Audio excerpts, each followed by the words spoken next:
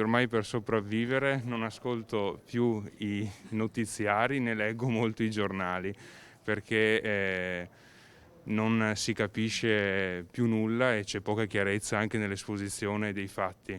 Domani Rossi, siamo confusi, C'è un po' di arcobaleno, bisogna stare un po' non si sul capisce pezzo. più nulla. Dobbiamo stare sul pezzo. Difficile destreggiarsi tra la selva di colori che cambiano al ritmo di ogni 2 giorni. Dall'arancio in un attimo siamo in fascia rossa, il tempo della Befana, per tornare in gialla per altri 2 giorni e poi di nuovo arancio e i prossimi giorni ancora, chissà, dipende dall'RT di ogni regione. È sconfortante, nel senso che è poco chiaro e bisognerebbe avere delle informazioni più precise. Non all'ultimo momento. Non all'ultimo momento, esatto. Sì, è difficile organizzarsi, soprattutto magari per chi lavora, per chi si sposta un po' di più. E se per il cittadino questo continuo cambiamento genera confusione, per bar e ristoranti è anche peggio. Tutti questi colori ci complicano ancora di più il nostro lavoro, perché non sai come organizzarti.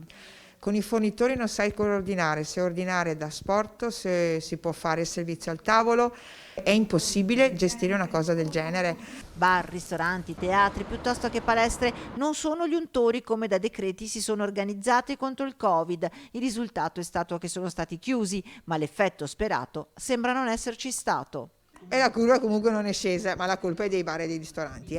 Teniamolo, bar, ristoranti, discoteche, piscine, la colpa è nostra, non di chi non sa come mettere un piano. A questo si aggiunga che i ristori, il 100% del mese di aprile atteso a dicembre, non si è ancora visto, mentre le spese continuano a correre. A noi partono gli affitti e bollette che sono le prime cose che dobbiamo pagare per poter accendere le luci e tirar su la saracinesca. Se no qui ci sarà un bagno di sangue.